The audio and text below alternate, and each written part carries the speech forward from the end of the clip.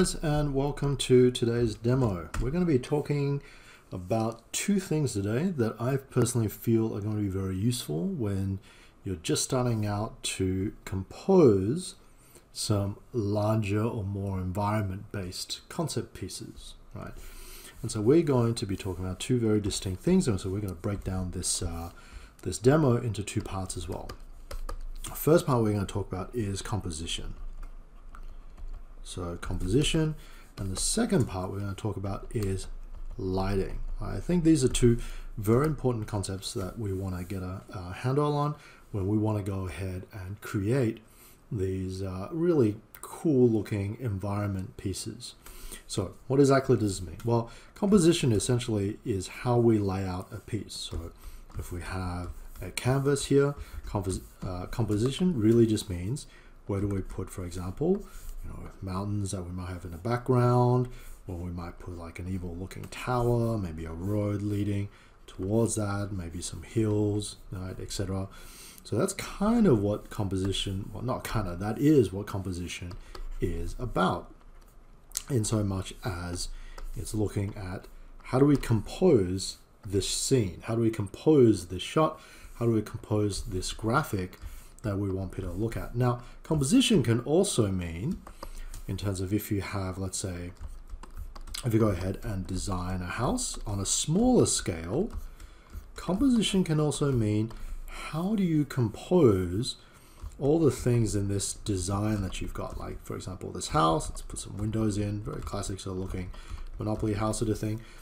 Composition can also mean, well, where do I put, for example, the rose bushes that sit outside the house? Where do I put the tree? Do I have a tree back here? Or do I put a tree out here? How do I compose this shot so that overall it looks, and more importantly, it reads clearly to an audience, right? And since I've expanded it to, let's say, how to effectively set dress a structure, or it could be even a vehicle, this can also apply then to characters. If you're designing a character, we can look at compositionally the costume that this character might be wearing. So if you've got some, let's say some PMC sort of looking character, they've got sort of a tack vest on, right? We might look at how is that vest composed on that figure, right? That we might want to showcase certain things, cool abilities. Maybe it's an enemy, boss that you have to take down, right? How do we compose the design of this character or the costume so that it starts to read really clearly, or it reads in a particular way that we want this character to read when our audience looks at it, in terms of the response that we want to get from our audience. So composition, not necessarily just about environments, though primarily when we talk about composition, we are generally talking about environments, but it can also mean things like costume design, character design, interior sets, right? Locations, buildings, vehicles, that sort of stuff. Right? So composition, I might say, okay, well, I've got this character here, like holding some sort of gun. Let's say if they're a sniper character, the composition there, I might decide to have a longer weapon, and I might frame it in a certain way, etc. So that's kind of the, I suppose, what I would argue would be secondary applications of composition. But primarily, I tend to focus compositions, or when I'm talking about compositions, I tend to be focusing on environments. Now, the second part that I want to talk about is lighting. And that is, when you're composing a shot like this, right, and again, apply to secondary levels like a character or a building or a vehicle, a lot of what is going to sell a design is going to come down to lighting, how well you light an environment. Because how well you light an environment is going to help showcase, is going to help, show off the really cool design that you've created. Right? So think of every horror movie, right? If we think of the classic Scream horror movie, right, from the 90s, I think it was like a skull sort of screaming mask, something like this. Right, so you can imagine someone with this mask running around in broad daylight. It doesn't look scary at all. It looks really dumb. It looks really silly. You can imagine someone in a smock running around, right, kind of holding a little knife here, chasing you. It's not very scary at all. But in the movie, because it takes place at night and with really good lighting, this character starts to feel a lot scarier, right? Another one we can look at is not the current iteration of it, but going back to the Tim Curry version of it. It looks ridiculous in terms of when things are lit, sort of overly lit with natural light. But the way that movie is shot, that clown, right, becomes Pennywise becomes extremely scary because of how that lighting works. Something that's not about horror is you have that iconic look of Batman, whatever incarnation of Batman that you're seeing, right? That sort of silhouette that he has, and then backlit with sort of maybe a moon, some clouds, right? That really helps sell the scene. Again, if you look at the Batman costume, right, without sort of the environment, it looks really, really silly. I once had a colleague who described Batman as a man with a fetish for gimp costumes running across rooftops at night. And when worded like that, doesn't sound cool at all. But visually, with the lighting and everything, we can take something like that and make it look really cool. Right, so we'll start off composition, and then we'll go and we'll talk about lighting in terms of how we can light it. All right, so let's jump in and have a look at composition and what I mean by composition. So composition is really balance, right? How it's about balancing the frame. So if I've got a canvas like this, an image that I'm trying to convey, how do I balance this out so that it feels good, that it has a nice sort of flow, right? Whenever we're looking at a piece of paper or a canvas or whatever it might be, there is a flow of information that happens, right? There's a flow of information that happens across this image that our audience, whether they're in a cinema or whether they're playing the game or etc., there's a flow of information that we are trying to get across to our audience, and they have to be able to understand it. So when we're composing something, we want to make sure that there's a nice balance to it. And the classic way of balancing out balancing things out or figuring out what composition you should use is first we break down what exactly is involved in this. So when we're looking at how to compose a piece, there's a couple of things. The first thing that we want to identify is we want to have a background, right? A background, a midground, and a foreground.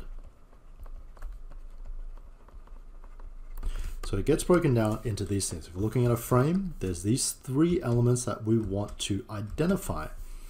And each one of these, right, background, midground, foreground, they serve a very distinct purpose. And by the way, we're dealing with this at a very basic level. The more experience you have, the more complex the design that you have and what you're trying to capture, things start to shift a little bit more. But right now, this is about foundation work, right? It is the foundation group, so we are looking at foundation, keystone elements of information, things that are going to help you build your skills towards becoming a concept artist.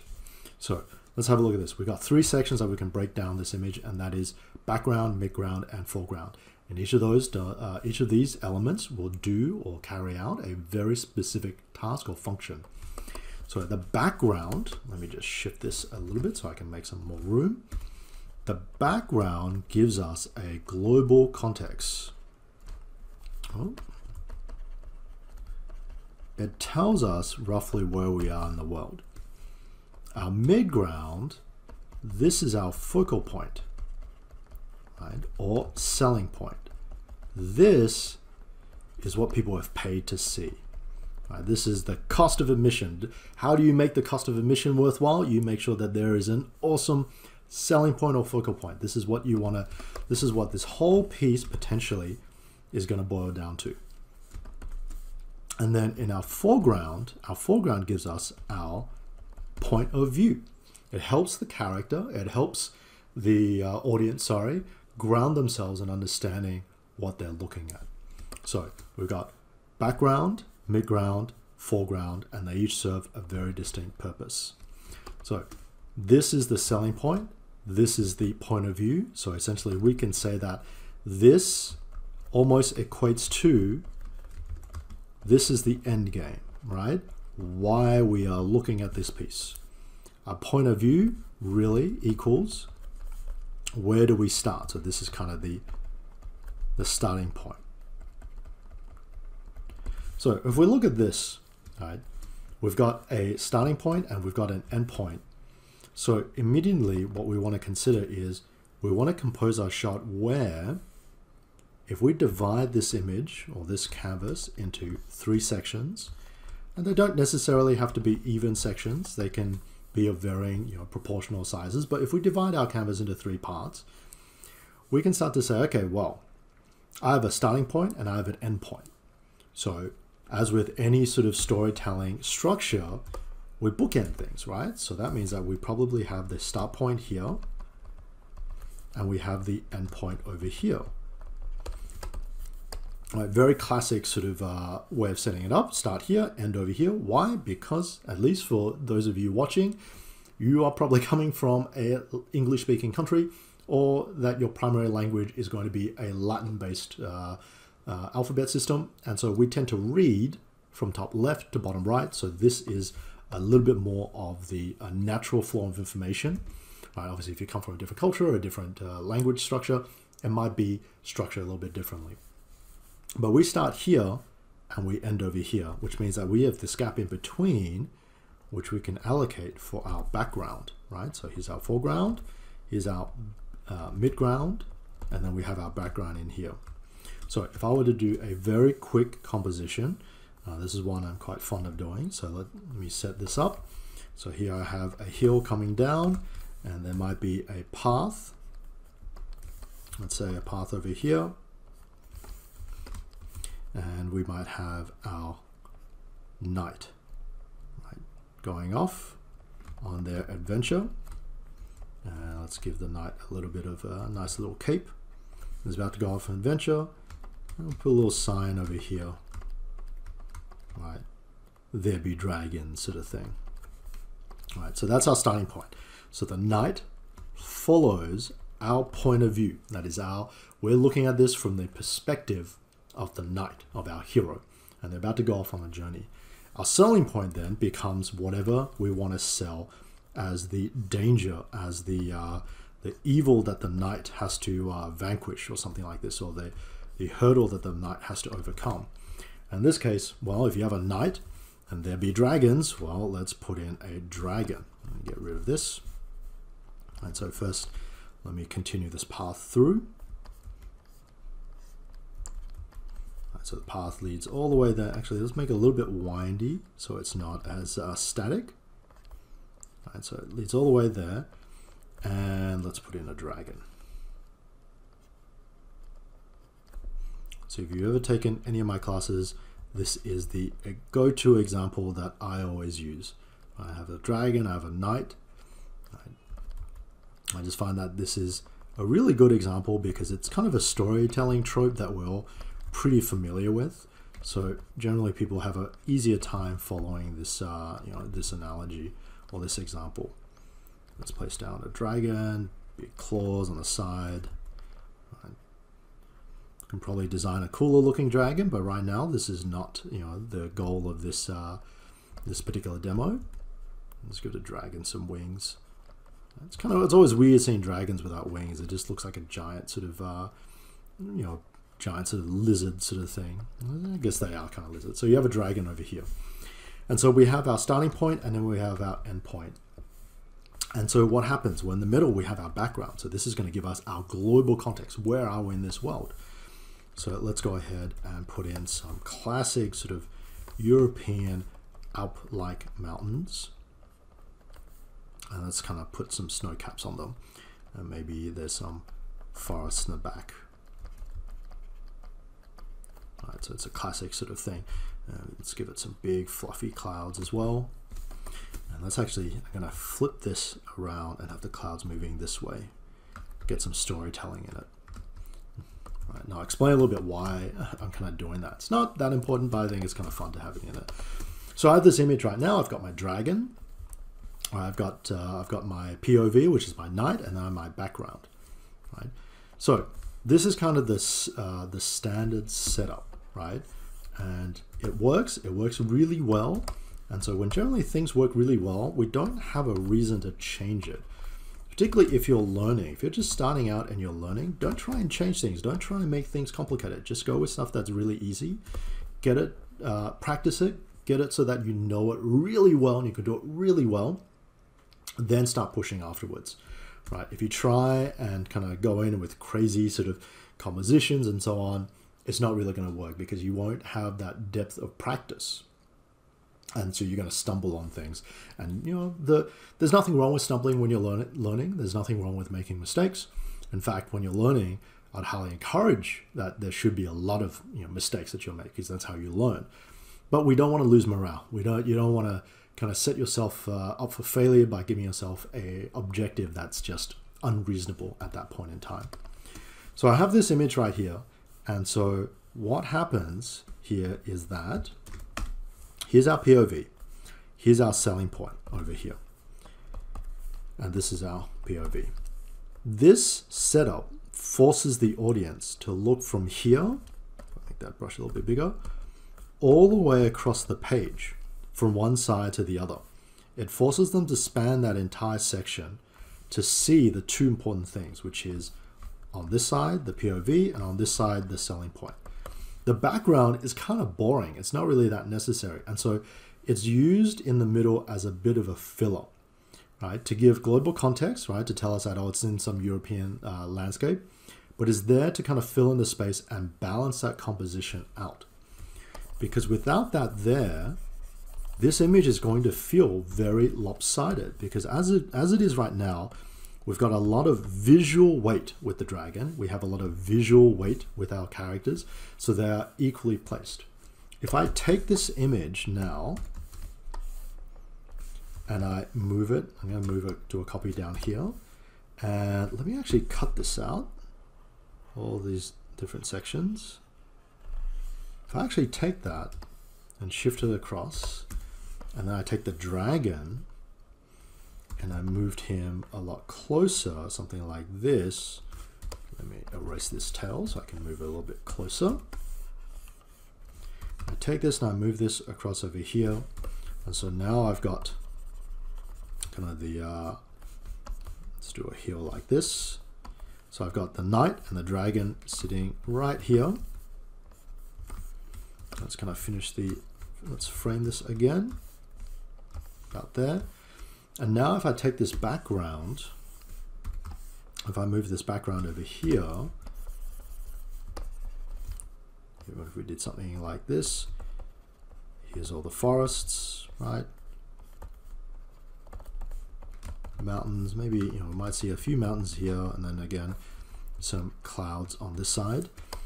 If I present this as the composition, the weight of my image rests here and rests over here as well, which means that my image, if I were to place this on a set of scales, I imagine if it's kind of on a set of scales, this image is going to tilt and be lopsided.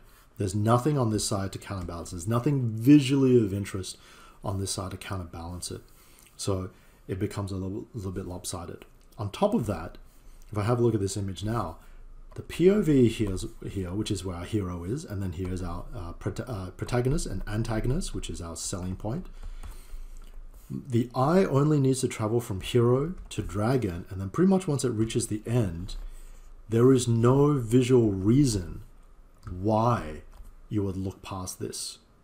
So if you have this frame, that is, if you're shooting a film and you have, or you're doing something that's for cinematic, or you want something that looks cinematic, and you've either got like a 16:9 ratio or a more filmic ratio. I think oh geez, I kind of forgot. I think it's 2.35 to 1. I think that's the typical film ratio, something like that. So you have to get it in that. Well, you've now got a lot of this dead space. And as far as a lot of production designers look at things, this shot or this frame, this is like real estate. And so what you have here is you have a section of your real estate that you're not really using, which means that you are losing money, right? So if we don't look at it from a money point of view, we look at it from an art or design point of view, we are wasting resources. We're wasting design resources that we could use to accentuate and exaggerate or just make things overall look a lot cooler. So with this sort of setting here, one, the image is unbalanced. So let's put that here.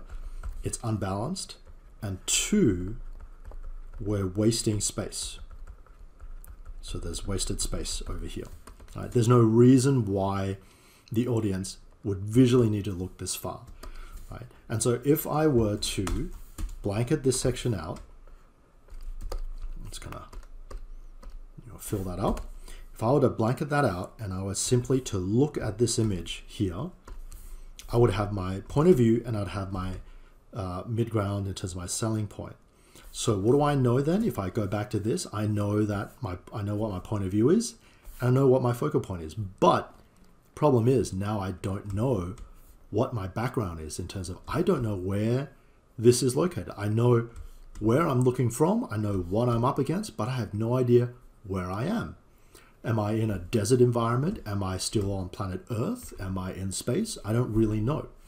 So having these things, these elements, the background, midground, foreground as well, they're also there to help the audience locate themselves, to get a better idea of, hey, what am I looking at? What am I watching? Without them, it can leave the audience asking questions. Now, sometimes that's a good thing, but again, since we're learning the foundation or the basics of things, we don't really want to leave our audiences asking too many questions. We want to make sure that we answer as much as we can, right? And in the future, when we start working, or if we're, as we progress with our learning, we can come back and think about, okay, if I do want my audience to have questions, how do I guide them to the right questions or the questions that I want them to ask, and so forth. So a little bit more about the balance of things. And by the way, having the point of the classic thing with storytelling is that the hero always enters, or typically enters, on the left, right? Because we feel that in terms of story progression, we tend to move like this. And the villain will always enter on the, well, I shouldn't say always because sometimes it changes, typically enters on the right. So if you want to show from a hero's point of view, you typically have the protagonist presented on the left-hand side as the POV. Or if you want to look at it from the antagonist's point of view, you would flip it around and present it on the right-hand side. And these are kind of just very basic visual tropes that get used. And again, as you get more advanced with this, you don't have to use that. You can really abandon it and just kind of structure it how you want. But as we're learning, when we're starting off, it's best to use a lot of these conventions. Let the established conventions work for you. Let them carry the bulk or the burden of some of the things that we may not necessarily want to bother with, because we want to spend our time drawing cool dragons and knights and so forth. All right.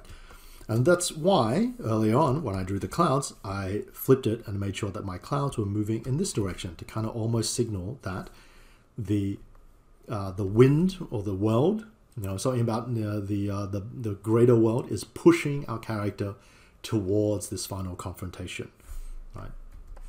Although having said that, I did have the plumage and the cloak kind of billowing out backwards, and I got the clouds going in another direction, so it kind of conflicts with each other. But sometimes we'll put these little things in and we'll purposely conflict things just so that it tells a better story.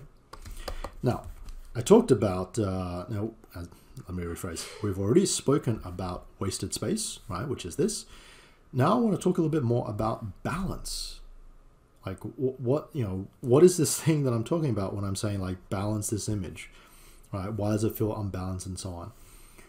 Most people, when they look at, right, most of the time when your audience looks at an image on a screen, essentially they're looking at shapes, right? We like to think of it as, oh, they're looking at the cool thing that I've designed, or they're looking at X, Y, and Z, and so on.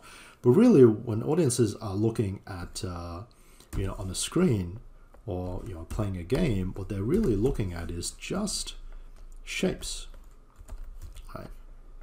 And the more pleasing of those shapes, right, the more pleasing of the combination of those shapes, it just makes the audience feel a lot better.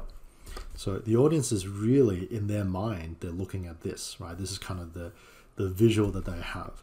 And so what you're trying to do in terms of making them feel comfortable, making the audience feel more, shall we say, accepting of whatever cool idea or crazy idea that you've got up on the screen, is that you want to balance this out, right, quite well, so that it's almost like a painting in the gallery. You want to have a nice balance so that they're going to want to look at it.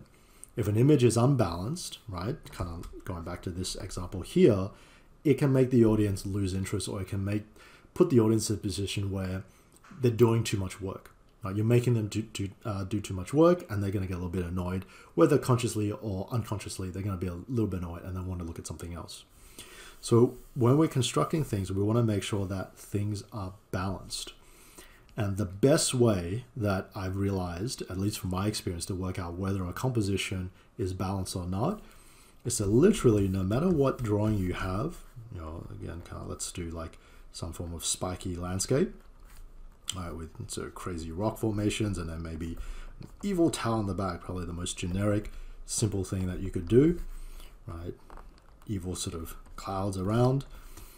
The easiest way to check for balance is to kind of hold your hand underneath your image, right? And kind of close one eye and see, whoops, didn't mean to select all that, and see if this image balances out or not. Like literally hold your hand in front, you know, picture it, have your image above, put your hand out and see if you can balance the image out with sort of, you know, with your finger kind of posed over there, and you're kind of looking at it with one eye. See if you can visually balance that out. Now, you're going to look really dumb when you do this, but thankfully you're probably doing this in the safe embrace of your own room or your own workspace, so you don't have to worry about that too much. But the more you can balance this out on your hand, the more you can be, the more risk assured you can be that your composition is in a position where it's quite well balanced, that it's quite even, right? Now, you'll see here though, I've talked about the composition between, you know, foreground, midground, then background. You see for this case, if this was the evil tower, this actually becomes my midground, right? And then flanked on either side, I've got my background. And then really from, you know, on either side, mirrored or sandwiching, kind of bookending things, or, you know, creating kind of like a sandwich, I've got my foreground element.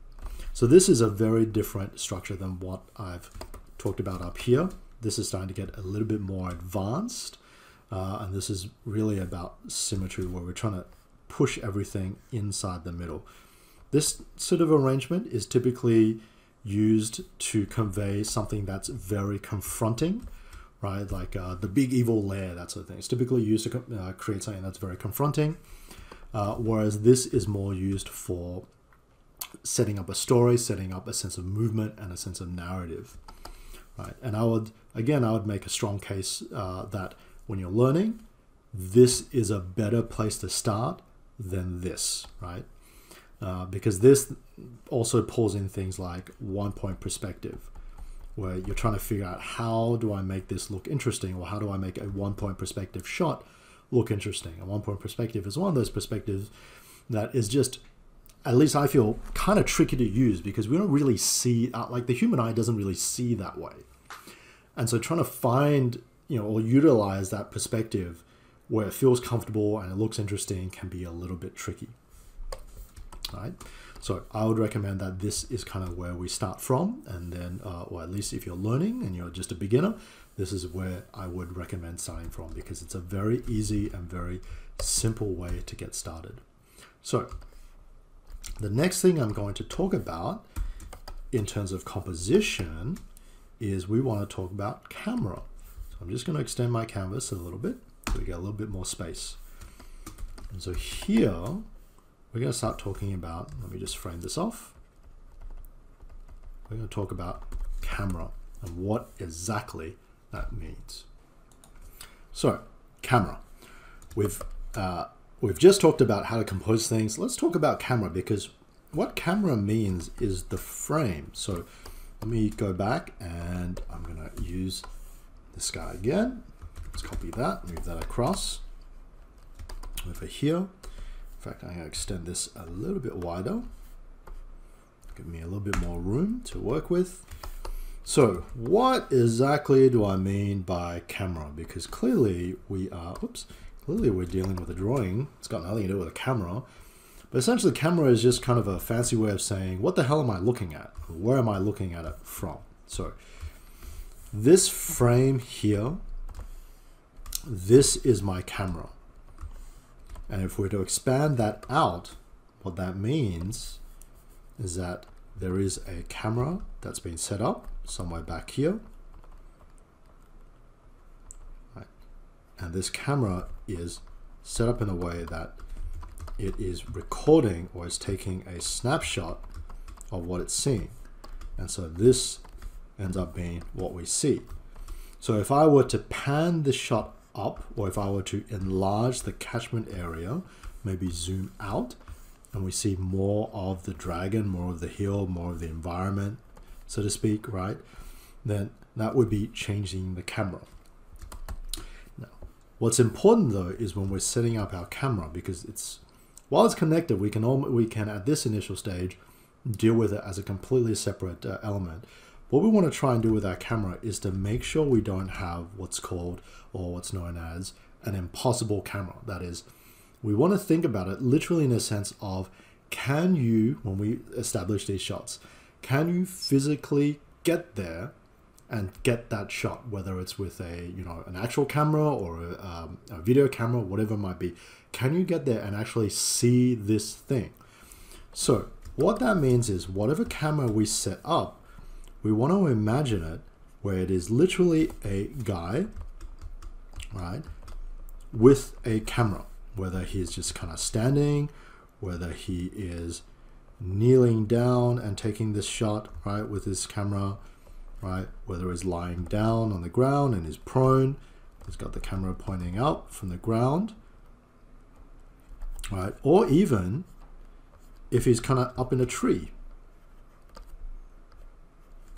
Right, we want to think about how we can actually position our cameraman to get the shot that we're looking for. Now, why is this important? Well, we talked about that foreground element before being a point of view shot or a starting off point.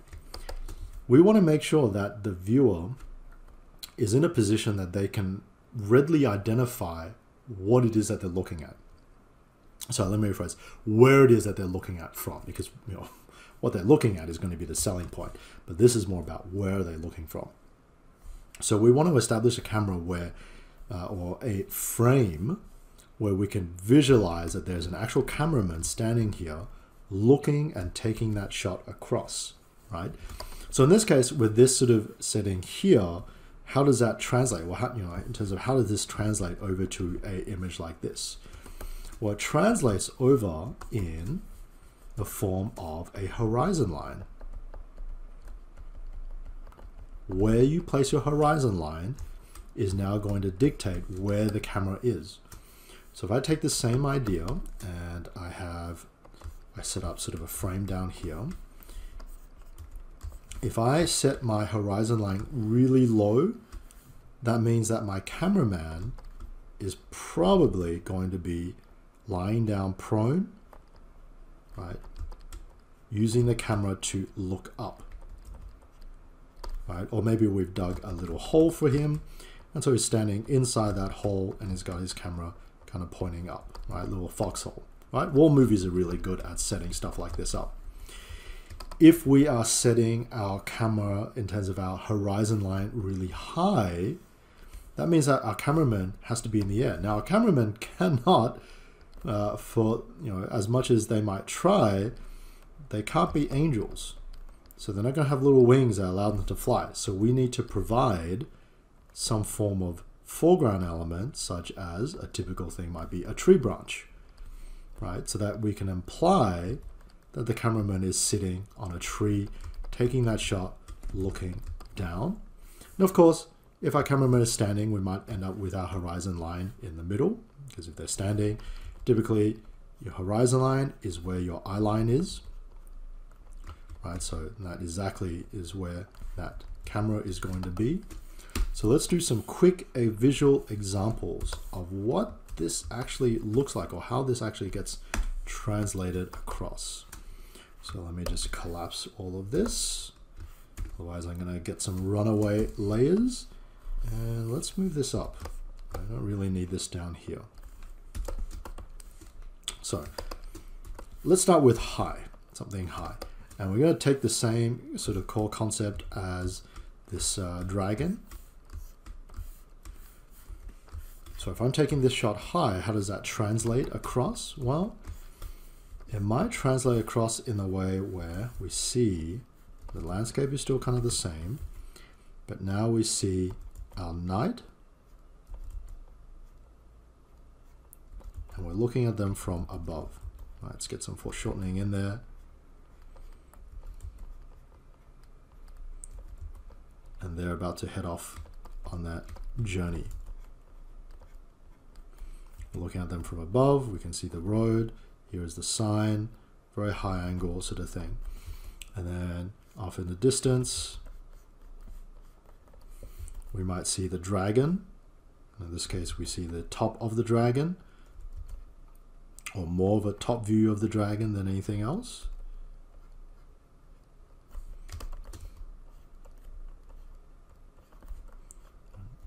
Here are the legs with its spiky claws. You know, let's make it spew some fire.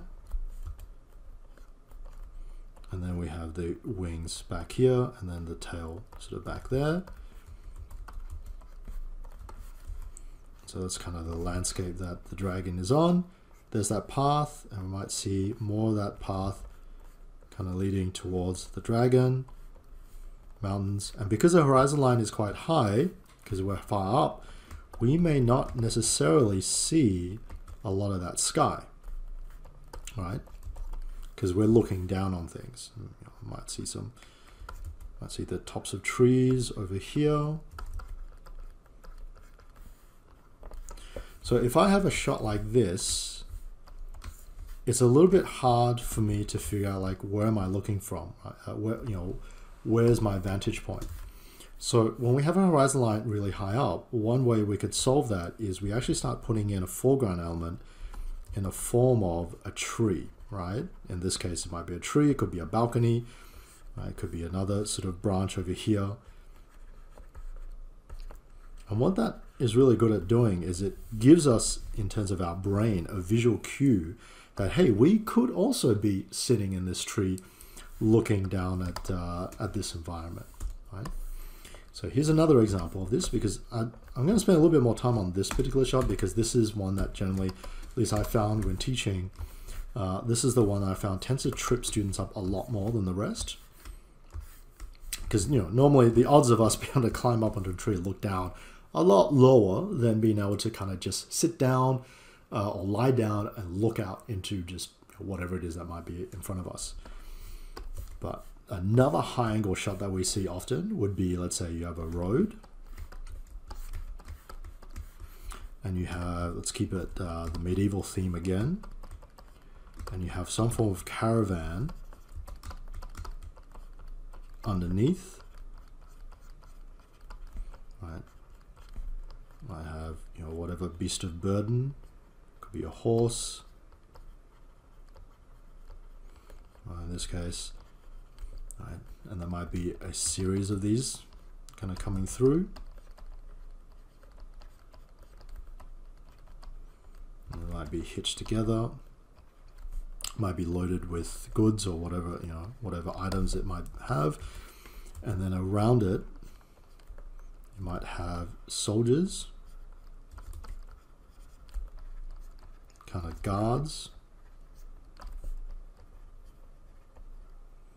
right, on patrol. Maybe it's you know, they're kind of guarded, they're part of a convoy, that sort of thing. And so they're coming down, there's a road, sort of thing.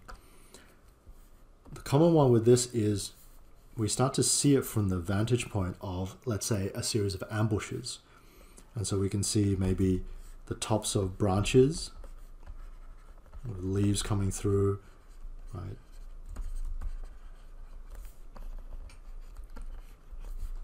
Breaking through, and we're looking at this down from the forest canopy. So if I were to project this from a side view, it might be something like this, where the actual convoy is sitting here. We've got our wagon, we've got our beast of burden kind of sitting over here, and we've got our guards standing on the side, and there's the road, and there might be trees coming up on either side, right? Robin Hood style sort of thing.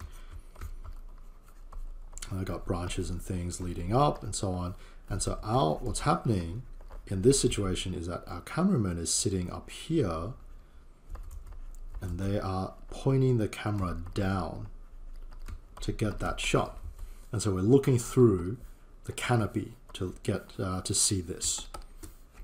So this is, again, utilizing this high horizon line.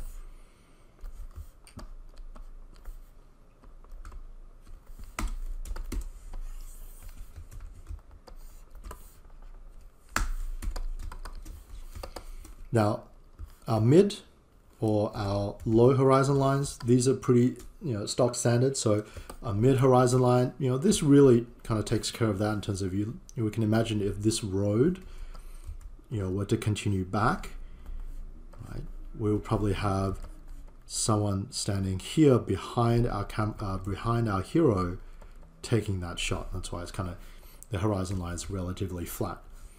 But we can do another version where we actually have a low angle shot, and typically we'll see this in terms of, you have your hero. Let's advance the story a little bit more. So let's have the hero actually engaging with the dragon. All right, so it's got his sword,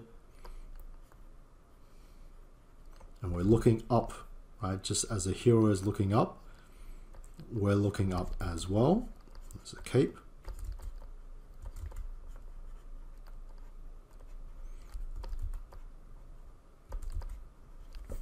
And then we see the dragon up here. All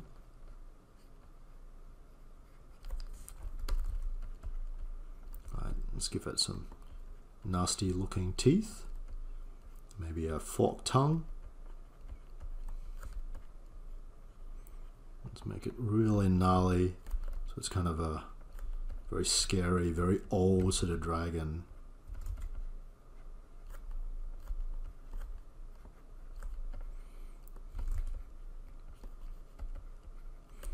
And we're looking up at this dragon.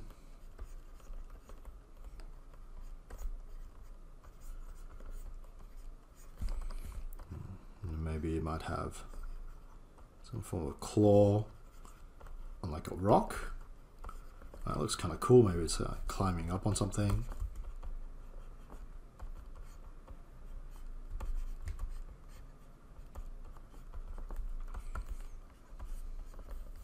You can see the wings kind of taking care of the cutting into the mid-ground section. Maybe it's got like tattered holes in it, and we can see stuff, through it or something. But something like this, right, without getting too carried away, I can kind of feel I'm getting a little bit carried away with drawing this. But something like this places our horizon line towards the lower end of our frame, meaning that our cameraman is probably right behind our hero, kneeling down, right, trying to take that shot. Right, so that would be how we would deal with a low horizon line. But each time what we're trying to do is we want to present a visual indicator to our audience, whoever might be looking at it, that there's a place for the cameraman to actually stand, climb on top of, sit on, dig into, to be able to see that shot. And having cameras where it is easy to identify where the cameraman is makes the composition, makes the environment that you're designing feel a lot more grounded. It's going to feel a lot more believable, and it's more importantly, it's going to be easier for the audience to understand. Right, so if you want to learn a lot more of this, I would recommend watching a lot of movies. Watching particularly movies VFX heavy, pre VFX heavy stuff. So I'd say if we were to look at a timeline, I would say the period of movies to really try and avoid would be around the 2000s. There's not a lot of good movies in the 2000s where VFX is done really well. In fact, a lot of movies in 2000, in my opinion, too much VFX, because I think that was a tipping point of when VFX became very affordable. And so prior to that, you had to do a lot of practical stuff, and then post sort of 2000s, we figured out how best to utilize VFX, right? A couple of notable exceptions in here that I can imagine in the 2000s are actually, off the top of my head, 2 Ridley Scott movies, so Black Hawk Down and Gladiator are 2 that that come to mind that are good examples, but I don't think they have these impossible cameras in them. But going back, your classic directors like Spielberg, Zemeckis, right? Those guys will have really nice camera work, and obviously going forward, right, in this time period, because they're still operating, guys again like Zemeckis or Spielberg or Ron Howard, they'll have these really nice sort of storytelling cameras as well. But have a look at those movies. Have a look at something like Saving Private Ryan. Have a look at something like Apollo 13. Look where they position the cameras, right? It will always be very clear each time a scene loads up, right? Each time a scene kind of pops up, it'll be very clear exactly where potentially a cameraman would sit. And as much as I love Star Wars, I think the prequel series are a good example where there was too much of impossible cameras, where there's too much CGI. So you see cameras flying around doing things that make it a little bit, not necessarily bad, because a lot of those shots look absolutely beautiful, but it makes it a little bit hard for an audience to know what's going on. And again, as I mentioned, this is the basics of it. As we're learning, we want to keep things really grounded, we want to keep things really basic, so that we get a lot of practice, and then once we master this, then we can start to push and do some crazier things. All right, so that covers the camera or the composition part of this particular demo, which resulted in more talking from me than actually drawing. The next part is going to be a little bit, is going to be quite different. There's going to be more of a visual demo behind this.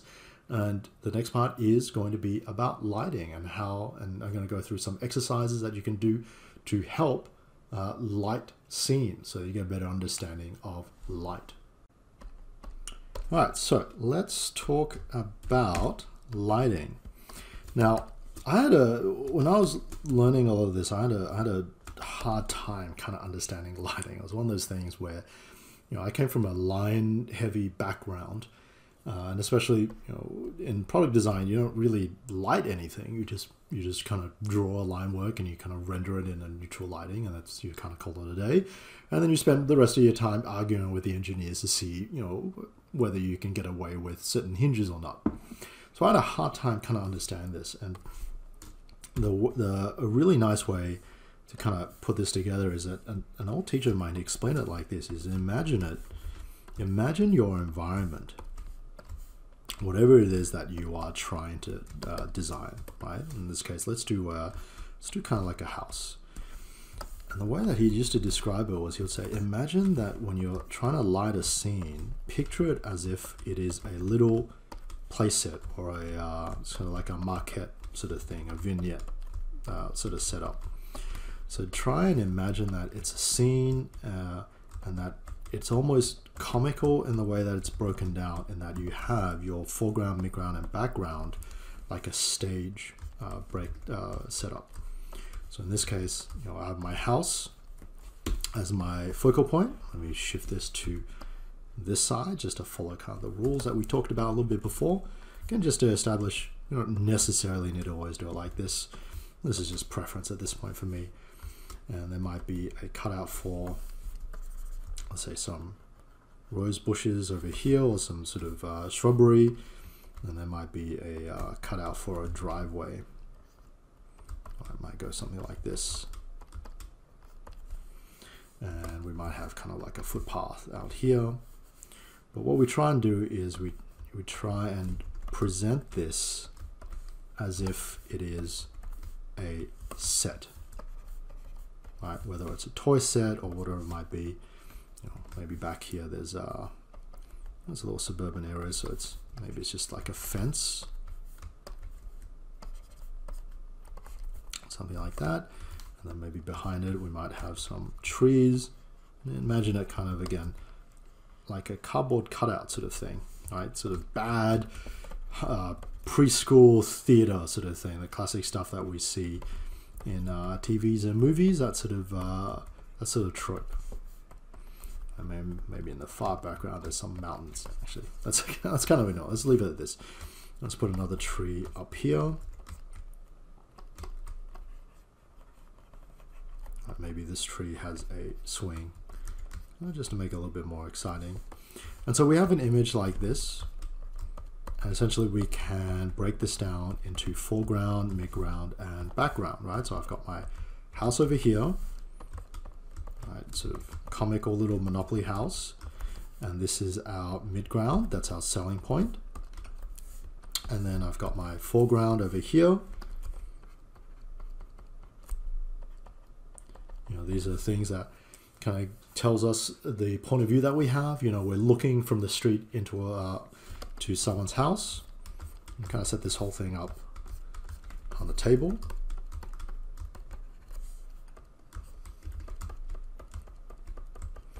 And so what my teacher used to say is, now that you've imagined your little sort of world, like a little play set almost, and you kind of divided it roughly into foreground, midground, and background, right? Just to kind of give yourself a sense of structure. So the next thing you want to do is imagine where your lights are. So let's actually shrink this down and draw a little bit too large. So the next thing you want to do is imagine that you have that all of this is dark. It's pitch black, and you're trying to light it. So the first thing that you might do is you might place a light at the very top. Right? And what this light is going to do is that it's going to illuminate all of this, right? A big, harsh spotlight. But the problem with, if you just have this one light, or even if you have the light off on an angle, let's say, so it's not just sort of this downward light. If you just have this light over here, what it does is it's really good at illuminating, for example, this tree or this house. But everything outside of, let's say, that cone of light that might come down, something like this, right, is just more or less in darkness. And you don't really want that. So what you then want to start doing is, okay, well, if this, let's call this light, let's say this light is going to, whatever light output, it's like times 10. You then want to place around towards the back and in other locations. You want to start placing other lights that might be weaker, right? Maybe these are, let's say, times 3. And so they're coming in and they're illuminating the rest of this scene, so that while this is getting the primary light, these guys are still showing up, but they're getting hit with sort of a lower level of light. And if this was a real film set, these guys would be all mounted in a soundstage high up on these struts, on these gantries. Now in this case, if this is kind of like a toy sort of setup, we can imagine them, being mounted on a frame that might go around it. Or we can imagine simply as these guys are on tripods, right? Some form of crane. Something like this, right? So we want to have enough lights. But the key takeaway is we want to imagine first that everything is in total darkness.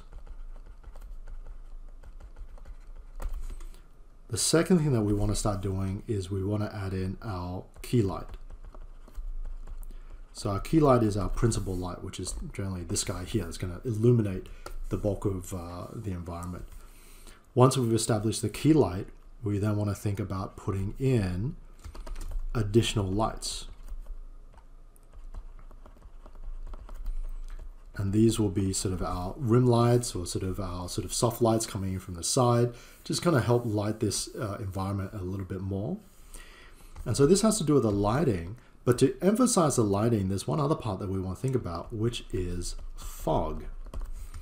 And that is we want to add some atmosphere between these two sections so that we allow things to pop a little bit more. So again, you can imagine a little sort of fog machine over here. I didn't really believe this when I remember, you know, he was explaining this to me, my old teacher, until I kind of saw some behind the film footage of, you know, movies and stuff. And literally they would have these giant sort of smoke machines. And the whole goal of this is to kind of blow smoke or atmosphere in between to kind of create a separation between the foreground, midground, and background, right? To try and get a nice silhouette. So let's actually have a look at some good examples of this that exist in film. Right, so I'm going to grab in a couple of still images from different movies of varying quality, but doesn't really matter what the quality is. We just need to see what, you know, the element. We just need to see the elements that I'm talking about. So let's go ahead and turn these off. Let's go to this one here. So we've got a scene from Saving Private Ryan, and then one from Aliens. So we've got a Spielberg, and then we've got a James Cameron one. So this is Aliens. So this is not Ridley Scott's Alien. And then we have a shot from Gladiator. In fact, two shots from Gladiator. And we have one from Apollo 13. So I think Apollo 13 was Ron. I think it was Ron Howard.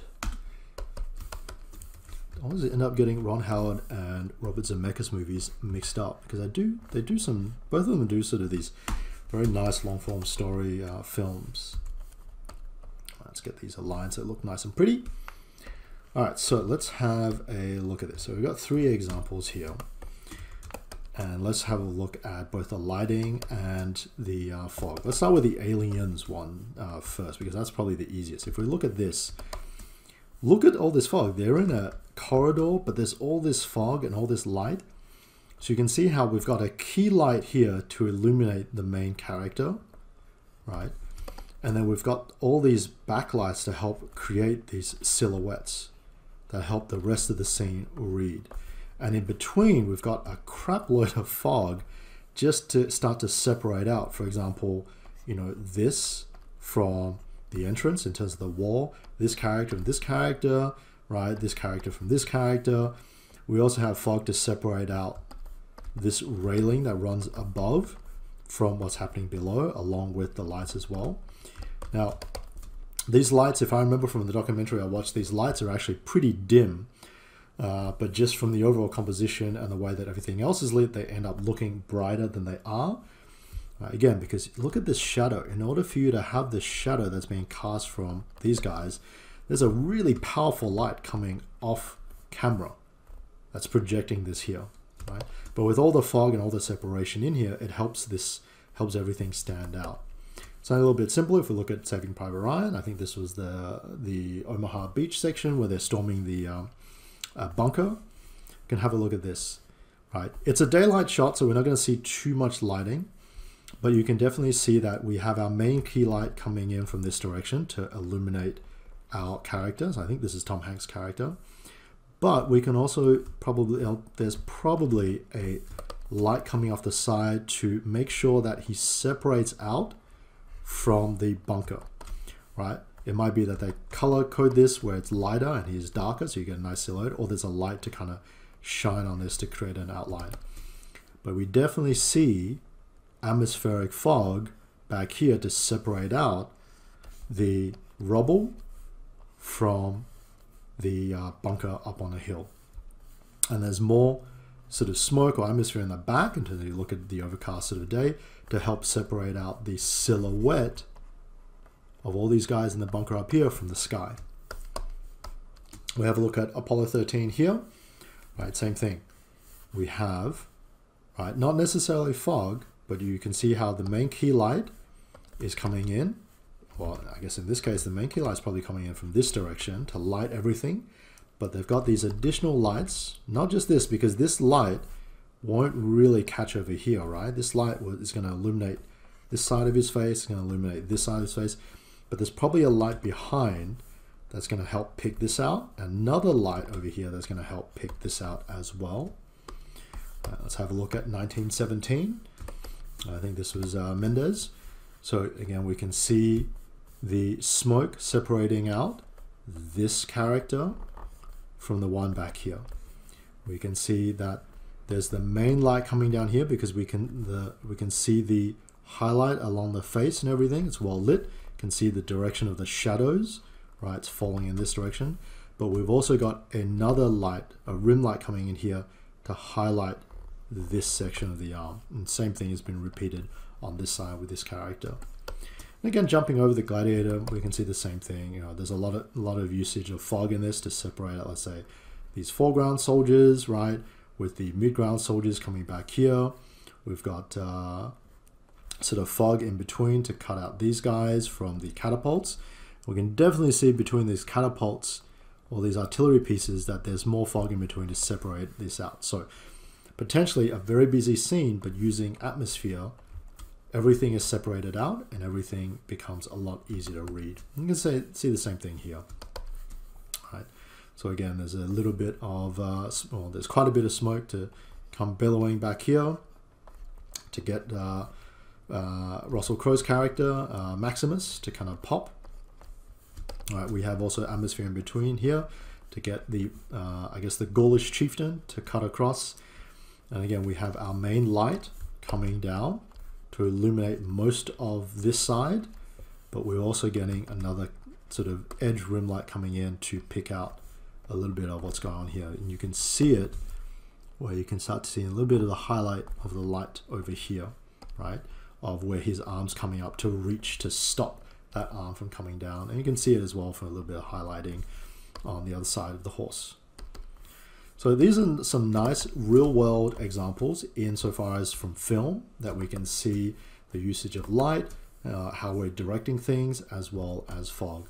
Now I'm covering this again in just as I mentioned this several times ago. I think it's important. Like, this is the basics of things.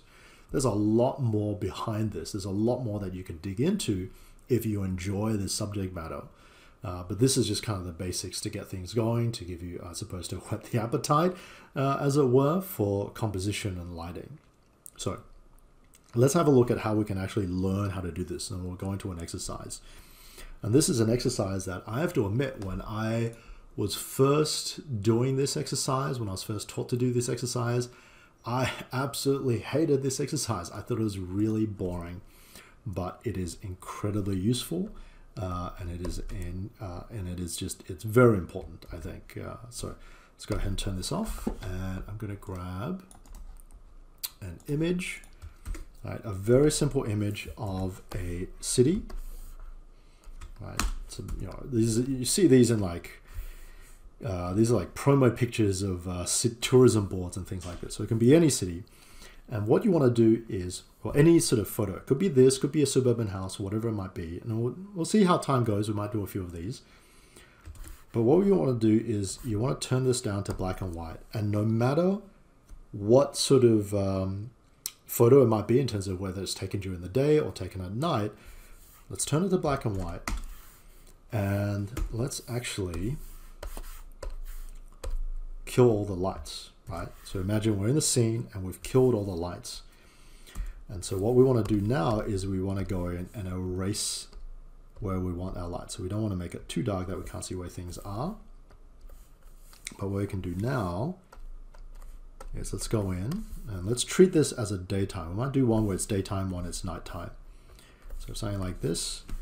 And we actually go in and we start to illuminate and add in a light. So this could be a key light. Maybe it's a foggy day, or so that you get these sort of God rays coming in. But let's say we have something like this, and I'm adding in the lights. Let's make this a little bit darker. So I'm adding in the lights over here. And right now what I'm adding in is really our key light. So it's just this overall sort of brighter sort of main light that we're getting. We're lighting things up.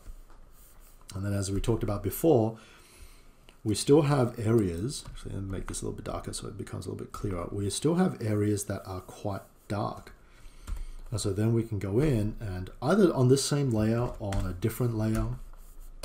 All right, maybe we can do that, sync that in as well. Maybe we drop that down. Maybe on this back layer, we focus a little bit more on the, is this working? Ah, it is. Actually, you know what? I'm going to turn this off. Maybe on this back layer, we can start to focus a little bit more on the rim lights that's coming in. All right, just to get this to pop a little bit more. All right, not really going to see it too much on this. It might cut through over here. I might see a little bit of this rim light coming in from the bottom to illuminate that bridge. A little bit over here, just to pick that out. You can also go in and start to manually add in some of the lights.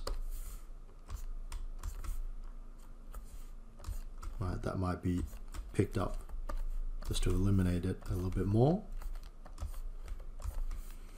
You can also create another layer, and this time let's change this to a color dodge layer.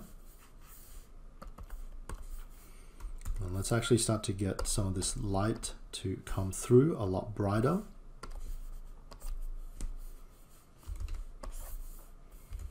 So it starts to illuminate this a little bit more. I'm just going to erase more of this. If I want a daytime shot, I don't think the God rays were a good idea. So we come through, I'm just going to light this a little bit more just to brighten this up. Right? And since it's a daytime shot, it should be a little bit brighter. It's going to come through. Now, again, very basic. I've just added in shadows for a key light. I've added a little bit of rim light. Now I'm just kind of using the dodge tool to just kind of light this up a little bit more. I might decide to as well kind of go in here.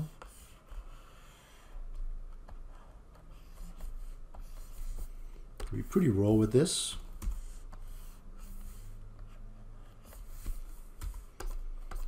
I decide to light that up. Go in here and get this bridge.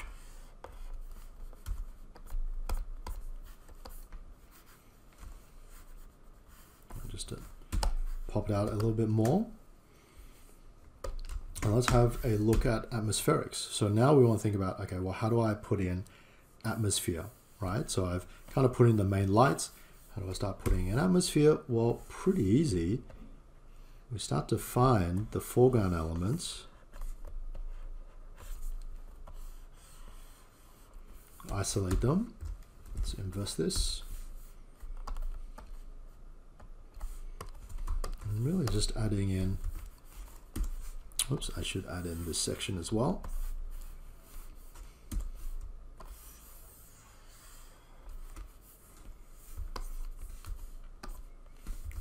Let's drop this a little bit more. Let's start to add in a little bit of fog. All right, let's separate out this section as well.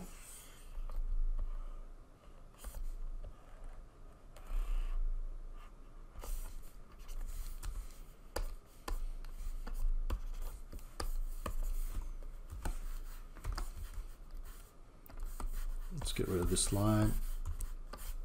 Kind of soften this whole section to bring it a little bit closer.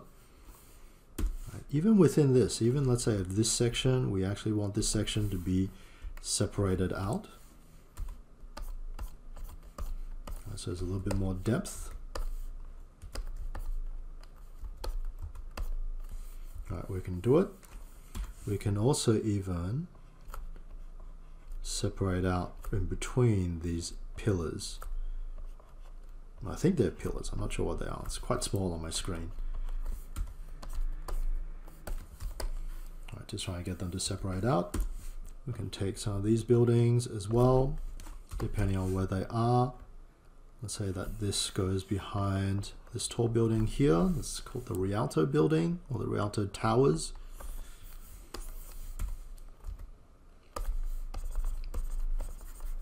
start to put in fog and atmosphere. If we want certain buildings to stand out, maybe let's say this one that's kind of white, so it's naturally going to have a little bit of a hard time. Kind of put some localized atmosphere down in here. That's going to help pop it a little bit more. So we're starting to light this in a more of a cinematic approach. Now, if we were to do this as a sort of an actual cinematic piece, we're most likely going to end up with some form of foreground here. Probably a person looking out. Maybe a couple other people looking out. These are really bad silhouettes, but they should illustrate the point. Let's actually group all of these together. And then in between these guys, there might be a little bit more fog to separate them out. And even within these guys, depending on where how they're positioned,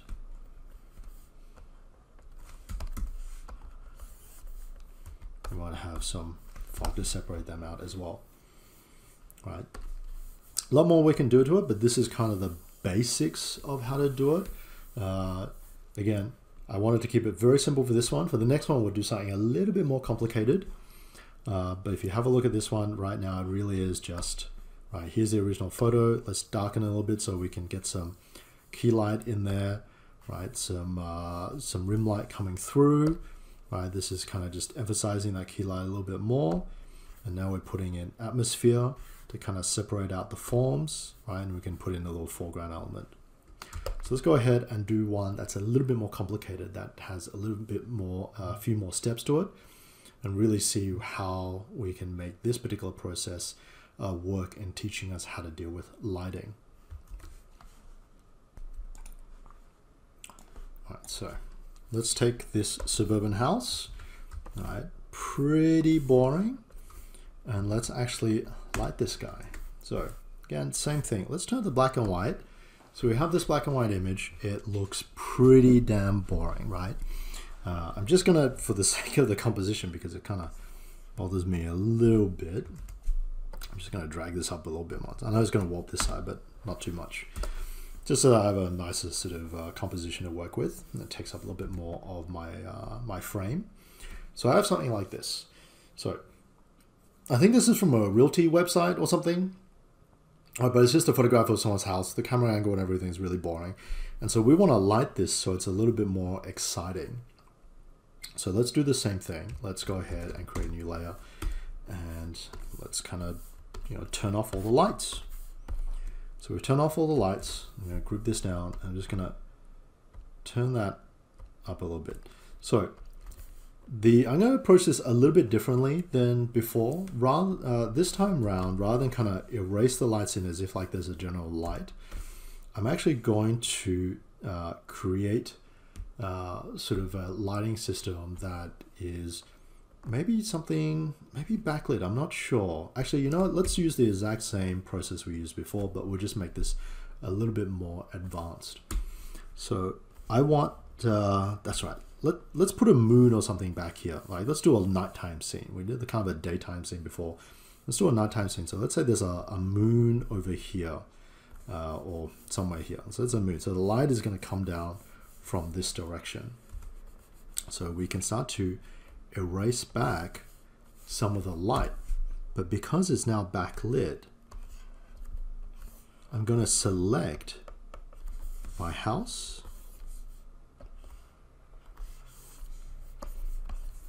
Something like that. I'm going to select my house, and let's invert this.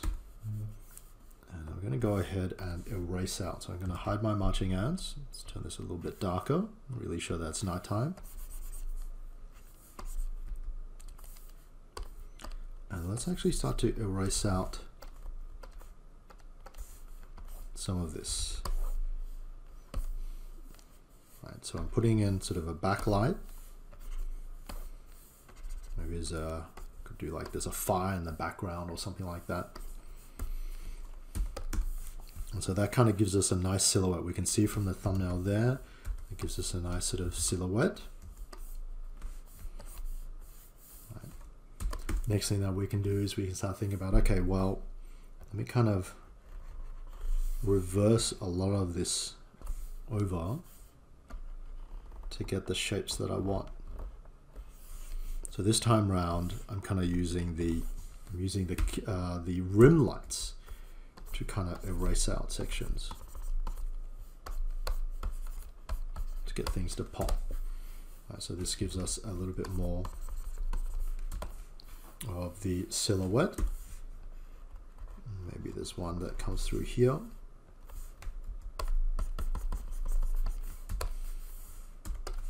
Right, and that starts to give us, you know, I can look at the navigator over here, it starts to give us a nice sort of pattern going on.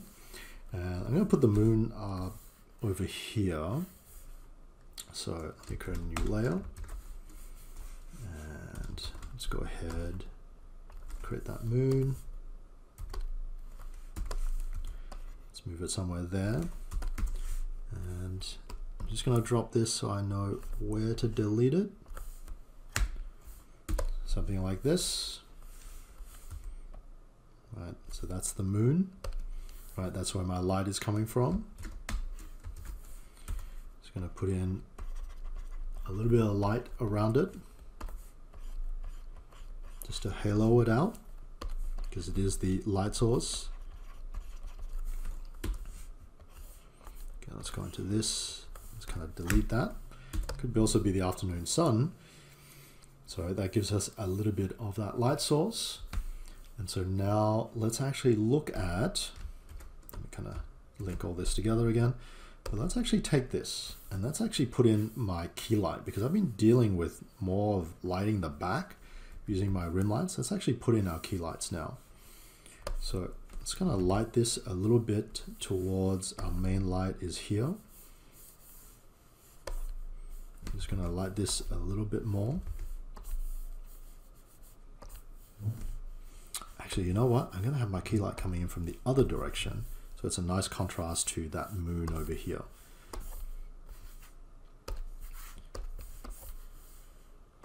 So the key light is coming through here. And so what we can do is I can go ahead and select the actual part of the house that is going to get hit by this key light.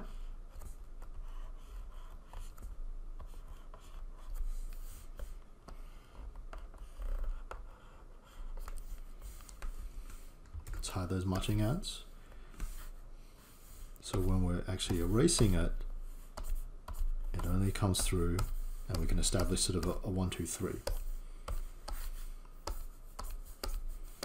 Right, so we got it set like this. I'm just going to erase the sky a little bit, so just to make it a little bit brighter, because this could be an afternoon sun or sunset, sunrise, something like this. And from here, I can go in and I can start saying, okay, well, my main light is coming from the right hand side, so my rim light is going to come from this other side. So I can start to put in some elements here where the light might catch. Let me just up this a little bit so it reads a little bit clearer.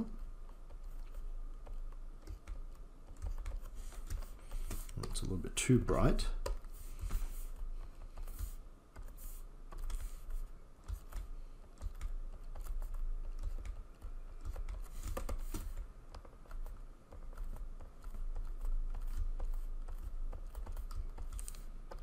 So the reason why I hated doing this exercise when it was first introduced was I found it really boring. I had a really hard time kind of understanding the importance of lighting lighting sections out. It wasn't until I started doing a lot more environments that I realized that you can take something really boring, and if you light things well, it can become really exciting. Like it can look really cool. I just didn't have that wherewithal at the beginning to really be able to see it.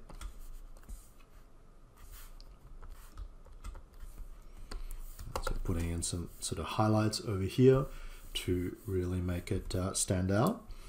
And maybe there's a little bit, I might see maybe a little bit over here. Actually, you know what? No, let's keep it like this, right? So next part is, let's start to put in some atmosphere. Let's really make this, really sell this house. So I'm just gonna use the selections over here. And so we'll do the house first to kind of bring it out, get the pop against the environment.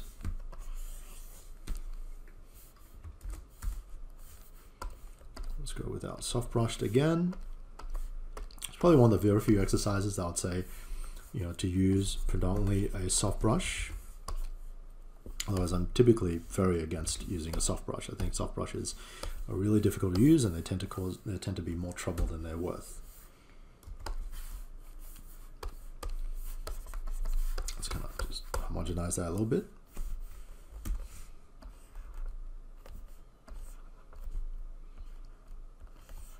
And I think I can up the sort of silhouette on this side.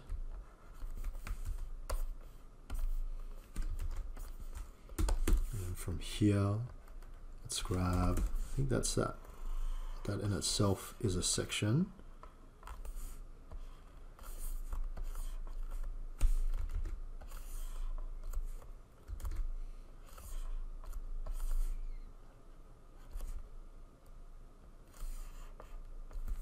Let's get that roof line. Let's invert this.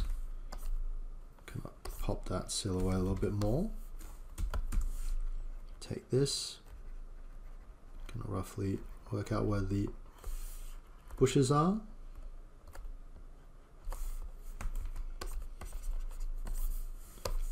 Hit that again. It's a bit too much. I can always go in with my eraser, kind of knock this back a little bit more. And I can also go in here, catch this up, get that to pop a little bit more. And even back here with these trees, with this atmosphere, I can go in. I can make these guys pop a little bit more from each other as well.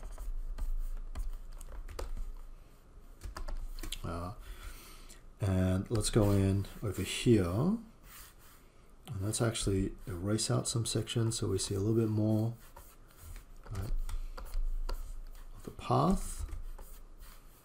A little bit more on this side. There's a bounce light coming off the ground.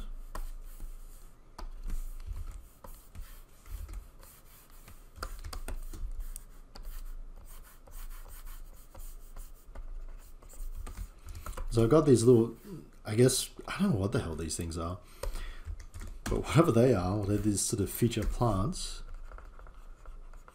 You can actually go in and select them out. And we actually have a couple of options with this, because we can potentially go in and put in atmosphere to get these guys to pop, or we can actually darken them so that we get a silhouette from them.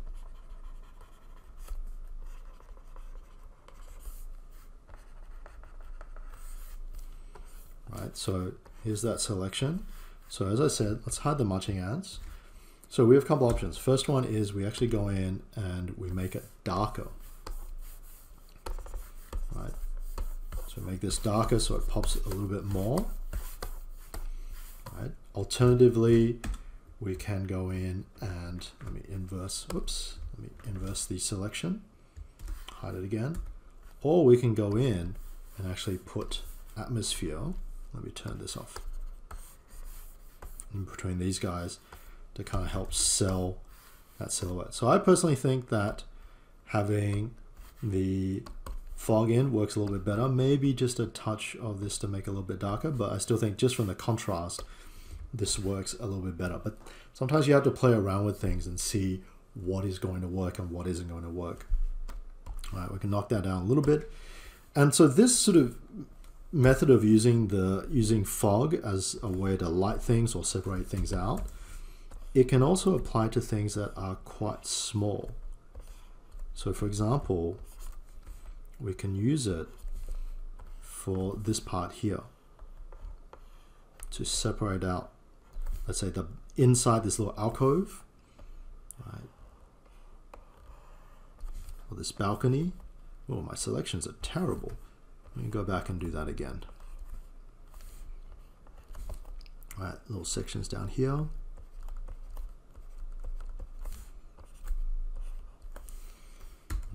So we can even use it to really pop out these sections.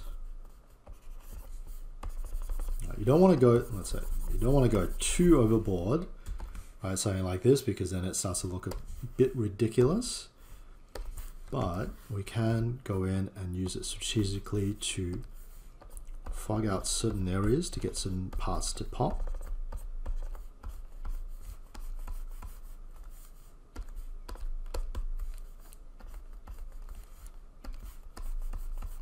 So the balcony edge. And I can also invert that, where if I feel that this is starting to lose it, I can go in and I can use a darker value.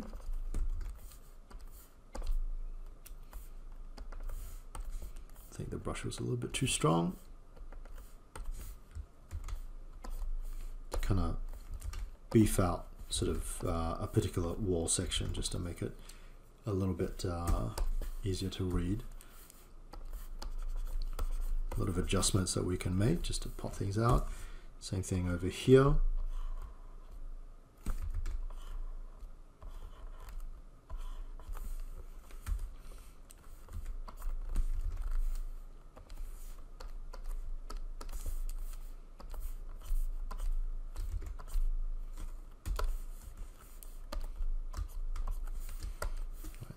If I feel that at this stage, hey, I'm losing a couple of bits here and there, I can easily go in and I can paint it out to get that form back in. If I feel that I'm missing stuff. So from what was, actually let me get rid of this. So we started with a very sort of simple image like this, and through the lighting we can really change the overall look, right? And you start to practice the light. Now this is again keeping it relatively basic, relatively simple, but of course I can also change that really quickly to look like something that's a lot scarier. So just by grabbing the house again,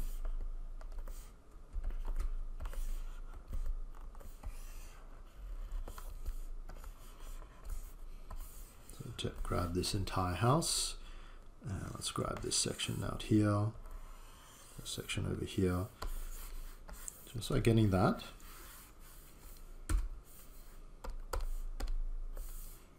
And hitting it with essentially a darker value.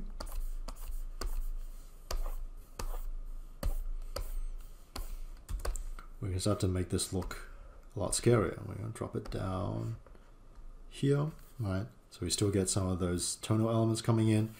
It starts to look a lot scarier, right? But let's move it back up here. But I'm going to drop the opacity a little. And we can also start to add in lights if we wanted to. Let's say this is suddenly a night scene. We can light some of these areas.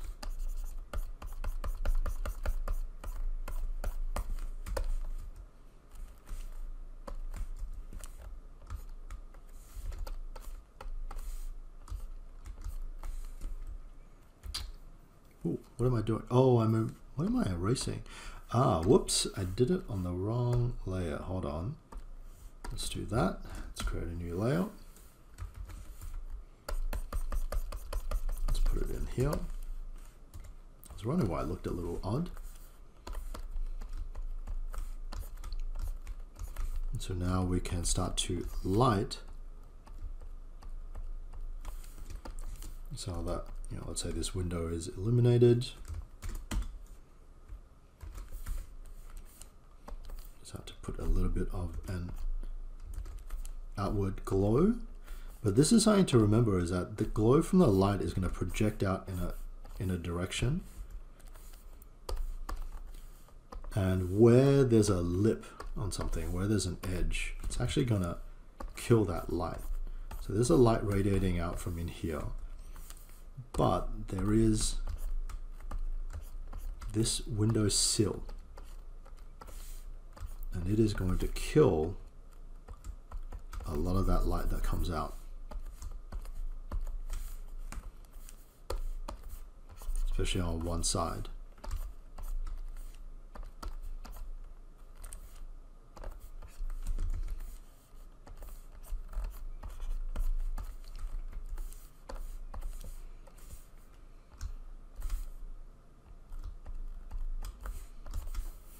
So you still get a little bit of a glow, but it's really just going to be on this side, right? Because this is going to create a nice silhouette. Light is not going to bend around a corner to kind of create a fuzzy edge here. It's going to project out in this direction. Right, so now we can kind of turn some of the lights on. I can also do it for, let's say, this one over here.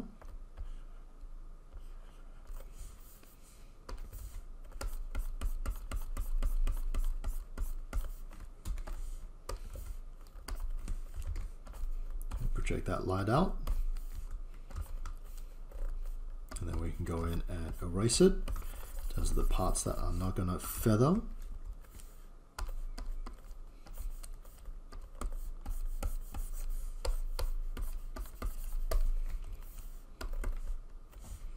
And let's actually go and turn that off. It's roughly here and here.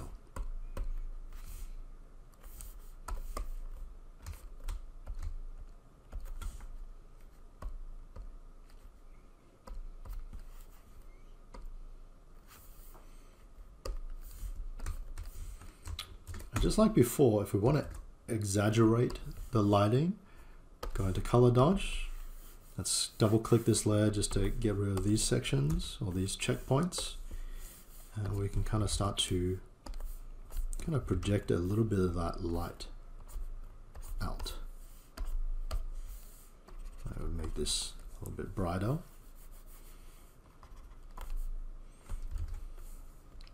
And also go ahead and exaggerate some of the atmosphere here in terms of some of the fog.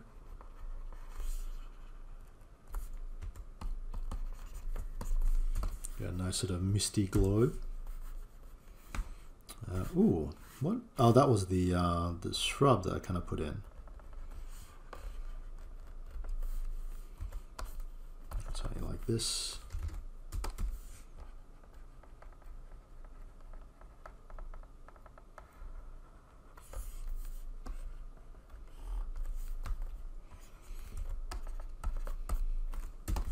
Really get this to flow, and let's say, just so that we can have a little bit of fun, we can put in some clouds. Let me go ahead and do this on a separate layer, just so I have a little bit more control over it.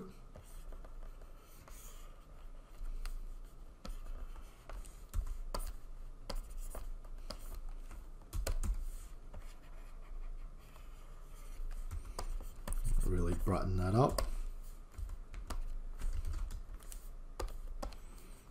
And with clouds, generally you don't really see the whole cloud.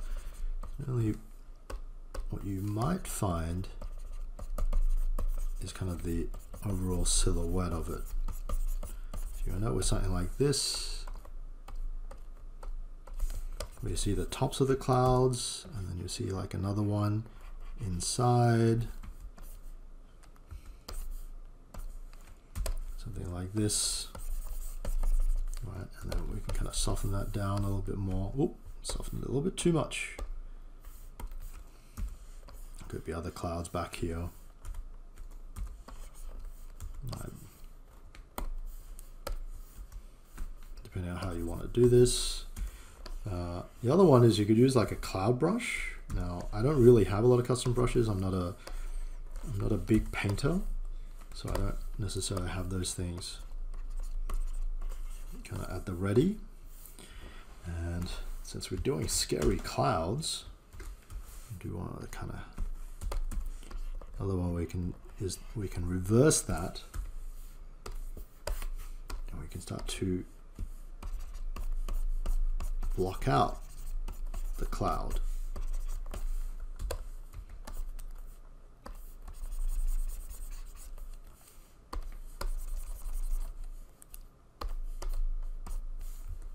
All right, something like this.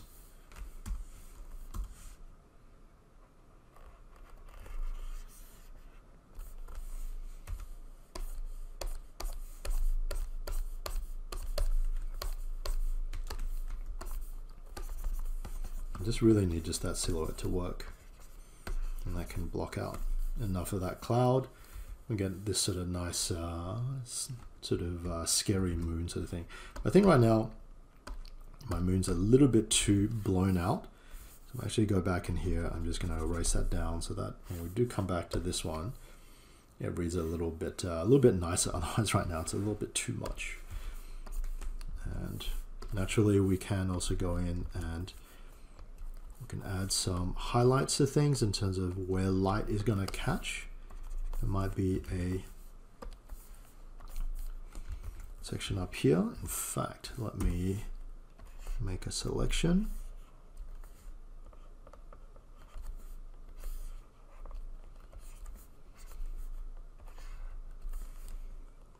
Hide those marching ants.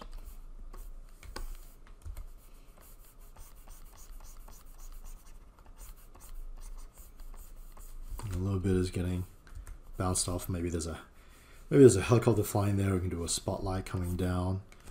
Right. Let's just soften this a little bit. It could be just a bit of that moonlight coming through, right? So you can play around with a whole bunch of stuff, and it just comes down to, at the end of the day, what you think is going to work. Because we could do another one where we see this little guy here. Start to light this guy up. Now we just kind of pop it out a little bit over here. Let's go back and erase certain sections of it.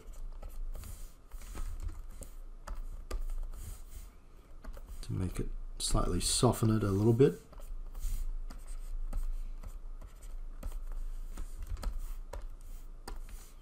Right.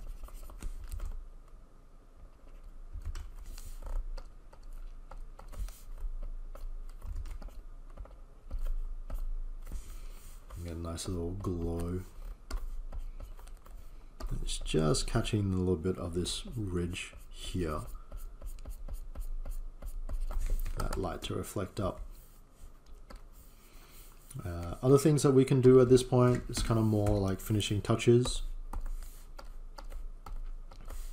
So my key light is coming down here, so I can take a value and I can kind of, maybe not this bright, maybe something like this. I can drop it down here just to kind of accentuate that. Maybe this side, a little bit of that light is coming up above.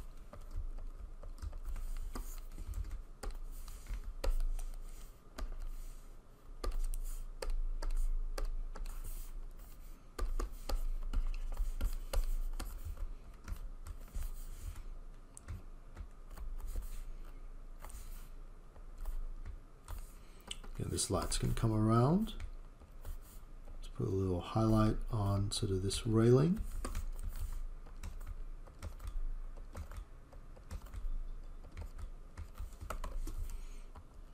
That's going to catch a little bit more. Maybe the tops of these guys are going to catch some of that light a bit on the bottom here. Whoops, zoomed out a little bit too much.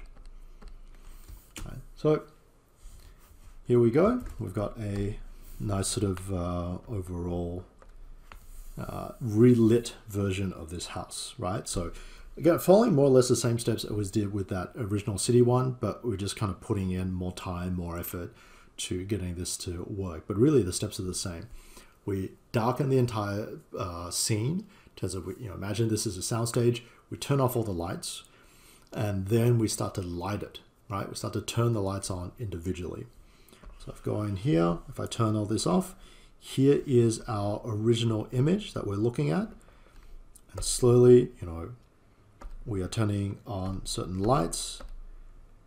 We're activating the fog machines, and we're beginning to get some atmosphere involved. And this is what we have at the end. Oops, that was from the previous one. All right, guys. So I hope you found this interesting at the all up. This sort of split between a demo of, or at least covering composition and then shifting into lighting and camera as well. Hopefully this gives you a better idea of when you're composing your own environmental shots, how you might go about it, about doing it, giving you sort of a nice sort of, I guess, foundation to work on. As always, thank you very much for participating with the foundation group on Patreon, and best of luck, guys. It'd be great to be able to see the work that you guys do in the future. Don't forget to do all the social media stuff so that we can keep an eye on if you ever decide to put it up online. So it's always really good and really fun to be able to see people kind of build on top of these things that we do in terms of the content that we create for these demos. All right, guys, thank you very much.